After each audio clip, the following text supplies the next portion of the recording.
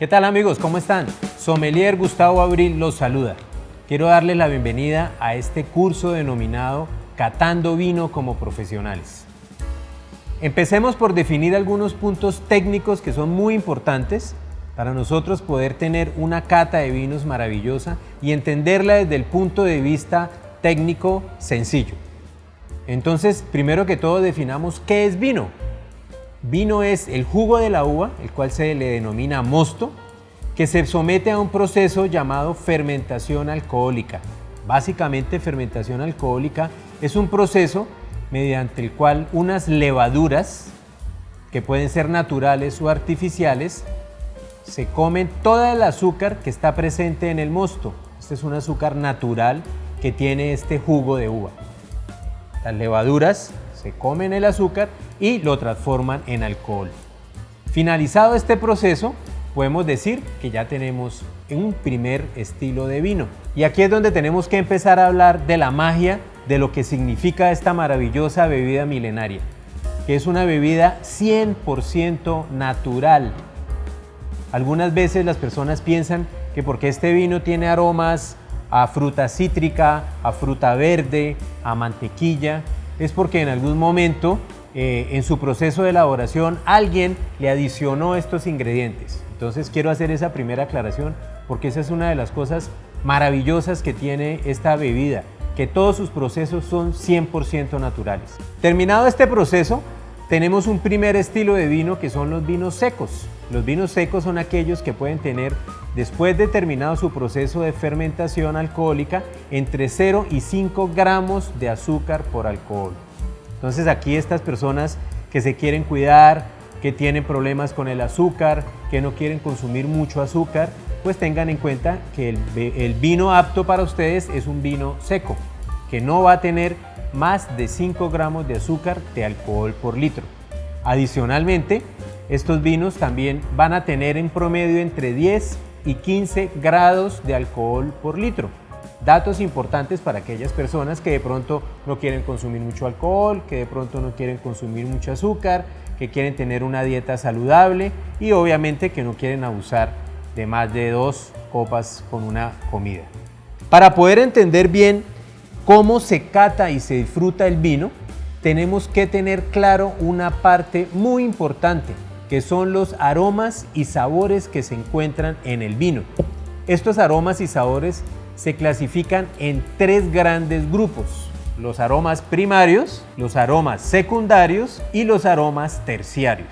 Como les digo, a medida que vayamos avanzando en los cursos, iremos definiendo qué son los aromas primarios, qué son los aromas secundarios y qué son los aromas terciarios, porque no todos los vinos los tienen. Y ahí es donde muchas veces las personas se confunden y piensan que este vino lo pueden guardar en su alacena o lo pueden guardar en su bar y que va a mejorar con el tiempo. No todos los vinos mejoran con el tiempo, por favor ténganlo muy en cuenta. Entonces empecemos por definir qué son los aromas y sabores primarios. Los aromas y sabores primarios son los que provienen de la uva, son los que provienen del terroir. El terroir es ese terreno, es ese terruño, es esa zona vitivinícola donde se elaboró el vino y se derivan de la fermentación alcohólica.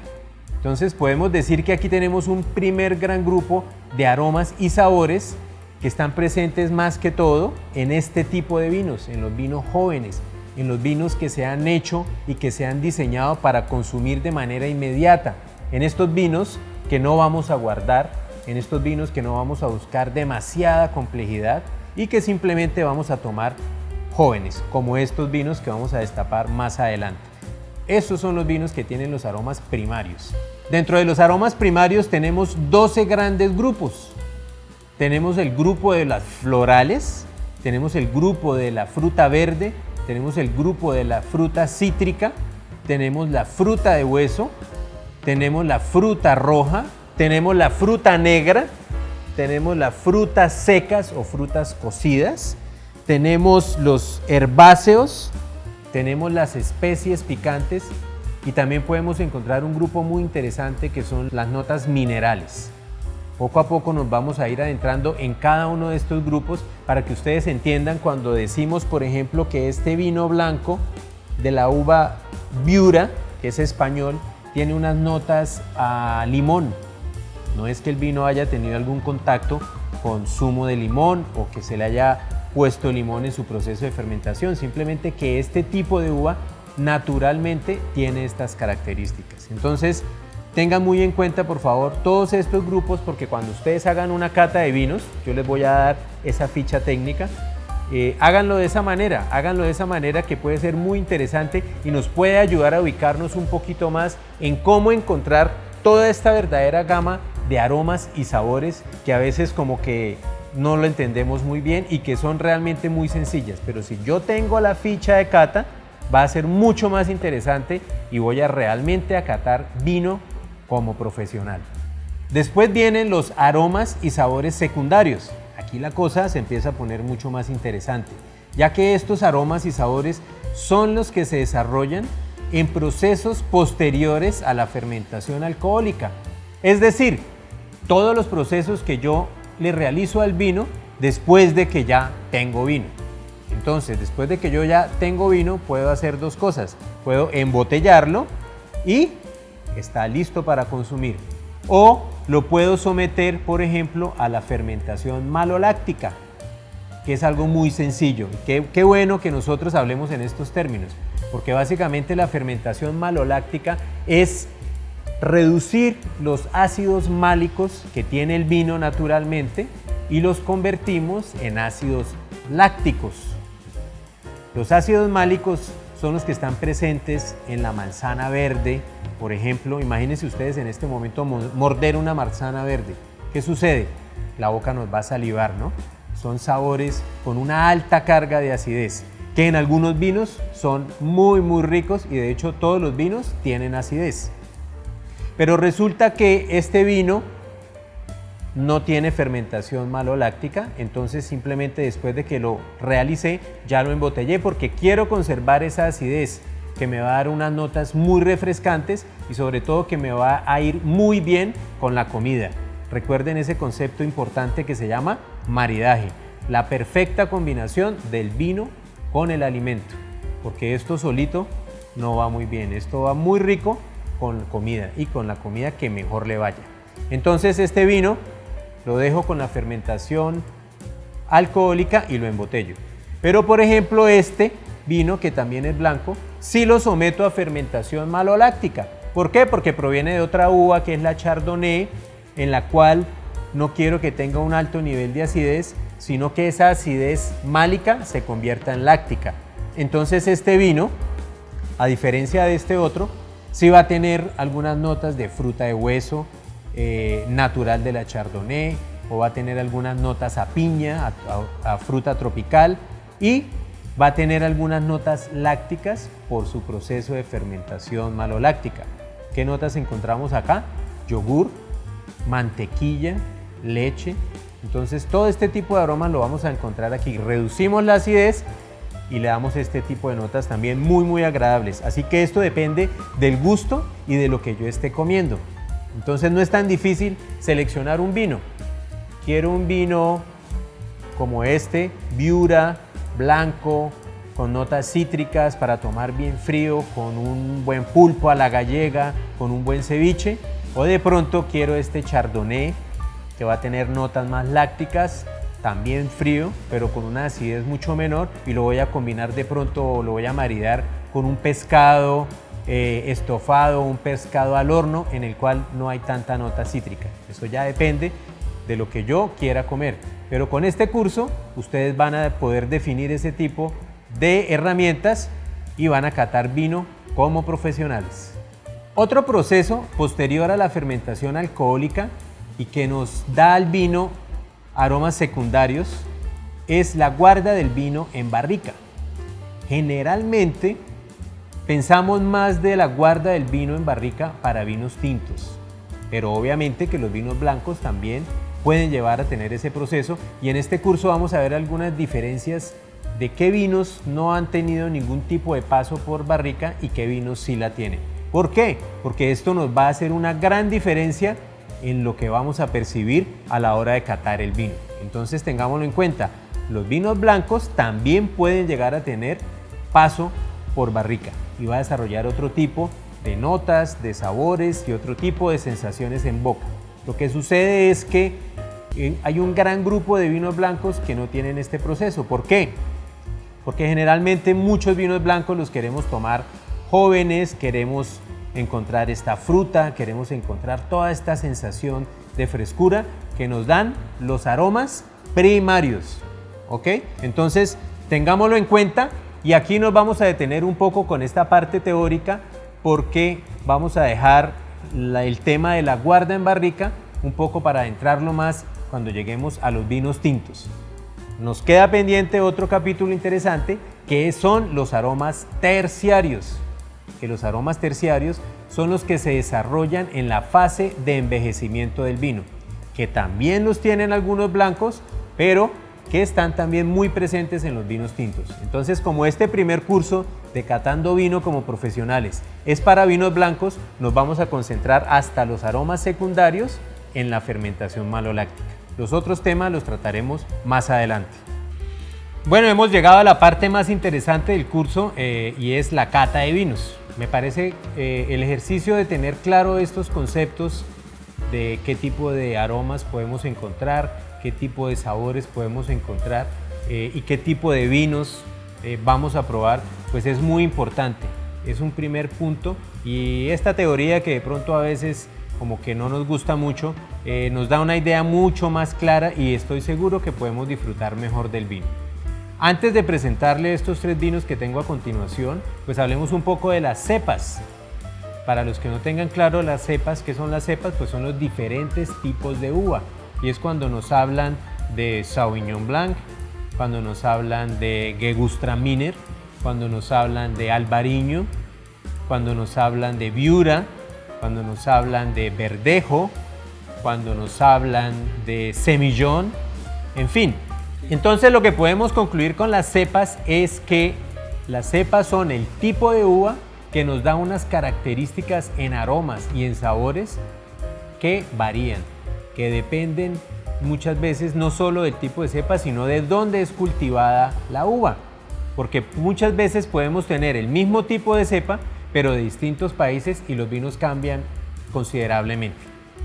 Por último, dejé una cepa muy importante que todos conocemos, que es la Chardonnay, y es la que vamos a explicar hoy.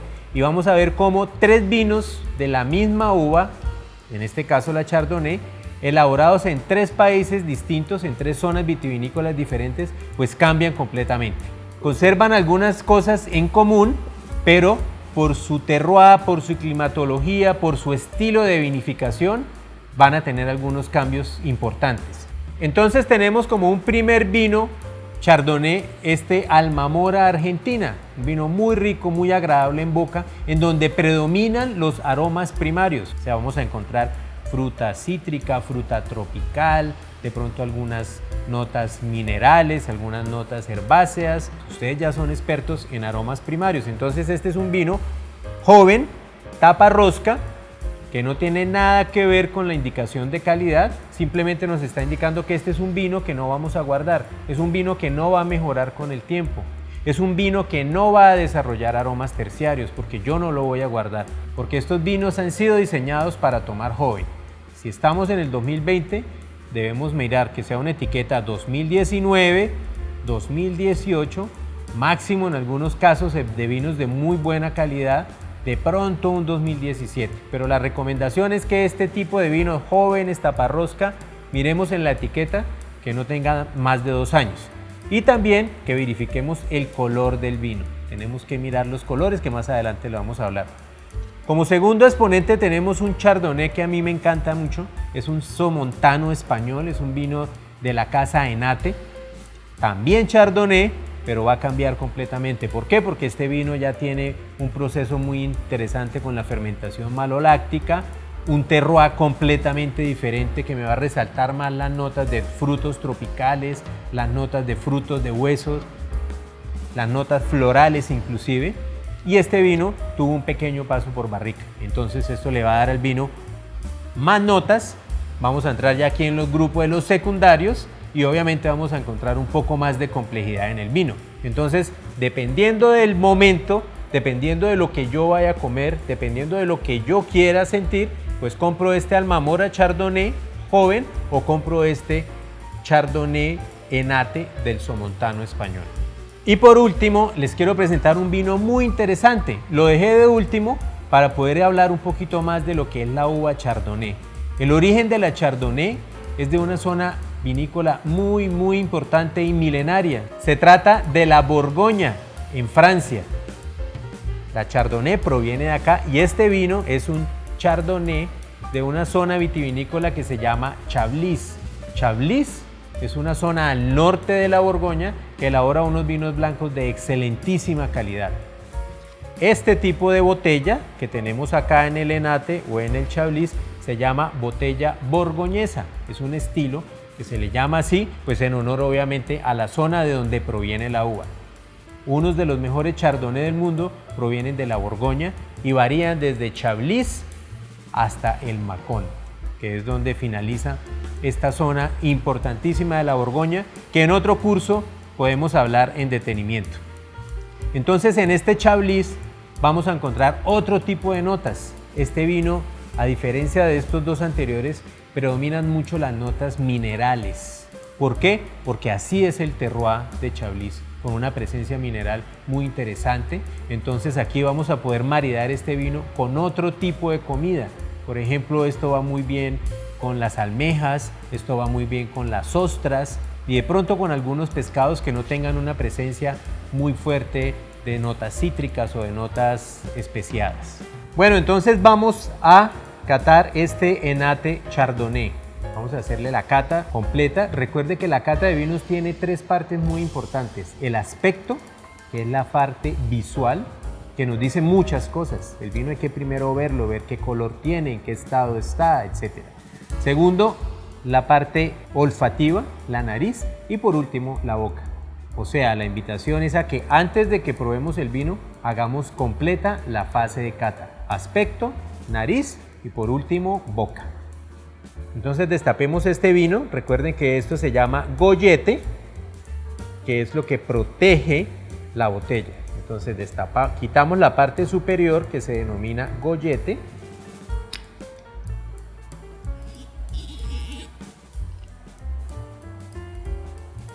Con el tema del corcho, básicamente lo que podemos analizar es en qué estado estuvo almacenado el vino y obviamente en qué estado se encuentra el corcho. Eso nos va a indicar de que inicialmente el vino va a estar en el estado óptimo de consumo.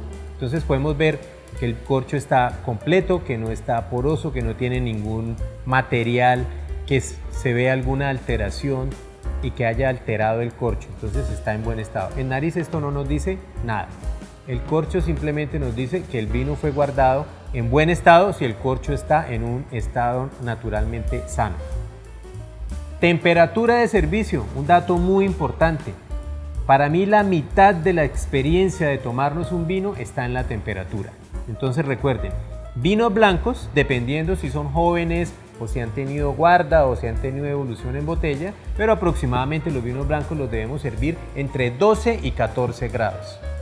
Lo mismo los rosados y los tintos entre 14 y 16 grados, los jóvenes, o 16, 18 grados, ya vinos tintos que hayan tenido paso por barrica o guarda en botella. Entonces, servimos la copa. Hay algo muy importante con los vinos blancos y es como la temperatura del vino blanco, acabamos de decir que es de 12 a 14 grados, pues lo ideal es que esta botella siempre la guardemos en una hielera. ¿Para qué? Para que conserve la temperatura y que sirvamos una cantidad bastante prudente de vino. ¿Para qué? Para que el vino no se nos caliente. Entonces empezamos por el aspecto, que es la parte visual. Entonces en el aspecto miramos si el vino es limpio o si el vino es defectuoso. ¿Qué es defectuoso? Pues que si de pronto vemos el vino a contraluz, vemos un color que no es natural, que no nos indica brillantez en el vino, que nos indica que el estado del vino puede ser defectuoso. Entonces hablamos de que eso se llama la claridad del vino, claro o defectuoso. Ojo que no estamos hablando de claro o oscuro, estamos hablando únicamente de claro o algún tipo de turbidez. Entonces, en este caso, este Nate Chardonnay es perfectamente claro. Después pasamos al color del vino. En los vinos blancos, los colores inician en el verde limón, algunos vinos bastante jóvenes, sobre todo de las uvas Sauvignon Blanc, de pronto la Viura, o este tipo de cepas que nos indican algunas notas hacia las tonalidades verdosas sutiles. Después viene el amarillo limón, que también puede tener este mismo tipo de notas, pero ya con algo más de color hacia las tonalidades amarillas. Posteriormente vienen los dorados, después los ámbar y después, por último, los marrones. El color va cambiando de tonalidad de acuerdo al tipo de uva y también de acuerdo a la evolución del vino. Cuando estamos hablando de dorado, ámbar o marrón, ya estamos pensando en que los vinos han tenido una evolución tanto en barrica como en botella. En este caso, podemos hablar que este Chardonnay tiene un color amarillo limón. Tiene algunos visos dorados muy lindos. Entonces, dentro de esas categorías lo podemos clasificar como un amarillo limón. Seguimos con la nariz del vino. La nariz del vino tiene varios aspectos, entonces analizamos si sus aromas son limpios o defectuosos. ¿Por medio de qué? Por medio de introducir la nariz en la copa, inicialmente con copa quieta. Ténganlo muy presente. Podemos hacer el análisis con copa quieta y después con copa agitada para volatilizar estos aromas. Con copa quieta podemos hacer un análisis y determinamos que el vino está limpio, que no tiene ningún aroma desagradable, que no tiene ningún aroma defectuoso, que nos indique que el vino no está en un buen estado de consumo. Posteriormente analizamos la intensidad de su aroma. ¿Y cómo medimos la intensidad de su aroma? En ligera, media o pronunciada. Entonces aquí hacemos una segunda fase de nariz que es con copa agitada. Podemos agitar suavemente la copa. ¡Ay, qué rico! E introducimos la nariz. Entonces podemos hablar de que este vino tiene una intensidad de nariz media. Más adelante vamos a determinar qué tipo de aromas encontramos. Y por último, decimos si las características del aroma de este vino son primarias, secundarias o terciarias. Con este curso ustedes ya son expertos en aromas primarios y secundarios. Entonces, en este vino vamos a encontrar primarios y secundarios. Muchas notas a fruta de hueso, muchas notas a fruta tropical. Aquí se encuentra una piña como una piña madura. Dentro de frutas de hueso encontramos melocotón, duraznos. Son notas bastante concentradas como de un poco de fruta dulce. Cuando encontremos un vino con este tipo de frutas podemos analizar en qué tipo de terroir se ha elaborado este vino. Adicionalmente también encontramos algo de notas minerales muy sutiles, es decir, lo que predomina acá definitivamente es la fruta de hueso y la fruta tropical. Muy bien, pasamos a la parte más interesante para algunas personas, que es la fase gustativa. Aquí es donde probamos el vino y definimos qué vamos a encontrar. Entonces, la fase gustativa, siempre probamos un primer sorbo.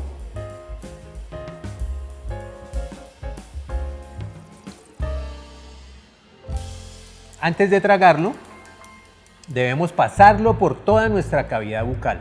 Tenemos que pasarlo por encima, por nuestras papilas, por nuestra lengua, porque en nuestro paladar encontramos diferentes formas de percibir los sabores.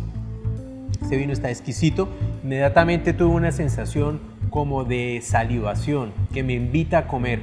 Por eso es que siempre decimos que el vino, su mejor acompañante es la comida. Estoy salivando, estoy sintiendo una sensación de sequedad bastante agradable en la boca, un poquito de acidez y encuentro esas notas que encontré en nariz. Entonces aquí encuentro perfectamente las notas de melocotón, siento también las notas de fruto tropical que hablamos, que encontramos en nariz, es decir, el vino es coherente entre lo que percibí en nariz y lo que estoy percibiendo en boca. Y siento que las notas minerales, que fueron muy sutiles en nariz, acá han hecho una explosión deliciosa en boca. Entonces es un vino bastante interesante, con una complejidad muy importante de sabores que hacen de este vino un vino muy agradable. Entonces en boca analizamos su intensidad, es decir, qué tan intenso es el vino. Y en la fase gustativa analizamos varios aspectos que los vamos a describir a continuación. El primero que analizamos es el dulzor, es decir, si el vino es seco, semiseco, semidulce o dulce. Recuerden que hablamos de vinos secos, todos aquellos vinos que tienen entre 0 y 5 gramos de azúcar. Entonces aquí encontramos un vino seco. Posteriormente analizamos la acidez, que está presente en todos los vinos. A veces lo que nos sucede es que en los vinos tintos no la sentimos mucho, de pronto por los taninos. Lo sentimos mucho más en los blancos, en los espumantes. Los vinos blancos tienen un nivel de acidez bastante interesante, pero este vino, como ha tenido fermentación maloláctica, que convierte los ácidos málicos en lácticos, su acidez es una acidez media, no es una acidez muy pronunciada. Aquí lo que predomina son las notas de fruta. Seguido de la acidez analizamos el nivel de alcohol que tiene el vino. Recuerden que hablamos que los vinos pueden tener entre 10 y 14 grados de alcohol, este estilo de vinos, porque hay unos que tienen mucho más, pero generalmente estos vinos están entre 10 y 14 y decimos si el nivel de alcohol es bajo, medio o es alto. Este vino, tanto en nariz como en boca, podemos percibir una sensación de alcohol muy interesante, por eso vamos a catalogar este vino con niveles de alcohol alto. Adicionalmente, que la botella siempre nos indica el nivel de alcohol. Acá nos están diciendo que este vino tiene un 14% de volumen de alcohol o 14 grados de alcohol, entonces lo catalogamos como un vino con altos niveles de alcohol. Seguido a esto, analizamos los taninos. En este capítulo no nos vamos a detener mucho en qué son los taninos, pero recuerden que los taninos están presentes en la piel de las uvas tintas y son estos componentes que nos dan esa sensación de notas secantes en boca. Por consiguiente, estos vinos blancos no tienen taninos. Seguido al nivel de alcohol, que en este caso fue 14, que es considerable, decimos que tiene un buen nivel de alcohol, que el nivel de alcohol es alto, analizamos el cuerpo del vino. ¿Qué es el cuerpo del vino? El cuerpo del vino es la sensación, el peso del vino en la boca. Si tenemos un vino de poco cuerpo, es un vino que pasa ligerito, que pasa bastante suave, que no tiene mucho peso en la boca. Cuando hablamos de un vino de medio o de mucho cuerpo, pues es un vino como más pesado, más denso. En este caso tenemos un vino de cuerpo medio más, porque tiene una sensación más densa en boca, que también va muy relacionado con esa complejidad y esa cantidad de sabores que encontramos en las frutas y, por supuesto, con el nivel de alcohol. Así como analizamos las características de aroma, que clasificamos en primarios, secundarios y terciarios, pues clasificamos las características del sabor, y es determinar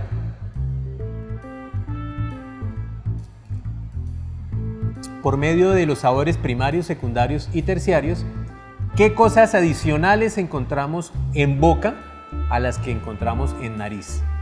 Aquí encuentro las frutas tropicales, encuentro también las frutas de hueso y finalmente encontramos, después de estas frutas tropicales y de estas frutas de hueso que también estaban muy presentes en nariz, encontramos algunas notas herbáceas que en nariz no estaban muy presentes, pero que en boca se pronunciaron mucho más, algunas notas como eneldo. Entonces es un vino muy interesante, bastante complejo, con una intensidad de sabor media más. Es un vino muy interesante para muchos tipos de comida y con un final lo clasificaría yo como un medio más. ¿Qué es el final? Es cuánto nos dura el vino en la boca.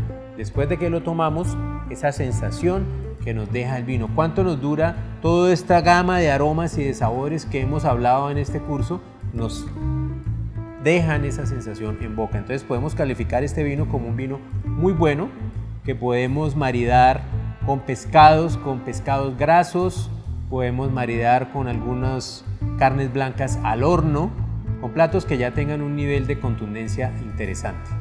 Muy bien, hemos terminado nuestro primer módulo de Catando Vino como Profesionales, hoy con vinos blancos. No lo olviden, debemos tener la ficha de cata. en donde tengamos claro y sigamos de una forma sistemática cada uno de los pasos, el aspecto, nariz y boca. Si hacemos estos pasos y tenemos nuestra ficha de cata a mano, estoy seguro que vamos a encontrar muchas más sensaciones en el vino y lo vamos a disfrutar mucho más. Muchas gracias por acompañarme en este maravilloso curso y los espero en una siguiente oportunidad donde hablaremos de vinos rosados, vinos tintos y espumantes. Adiós, que estén muy bien. Salud.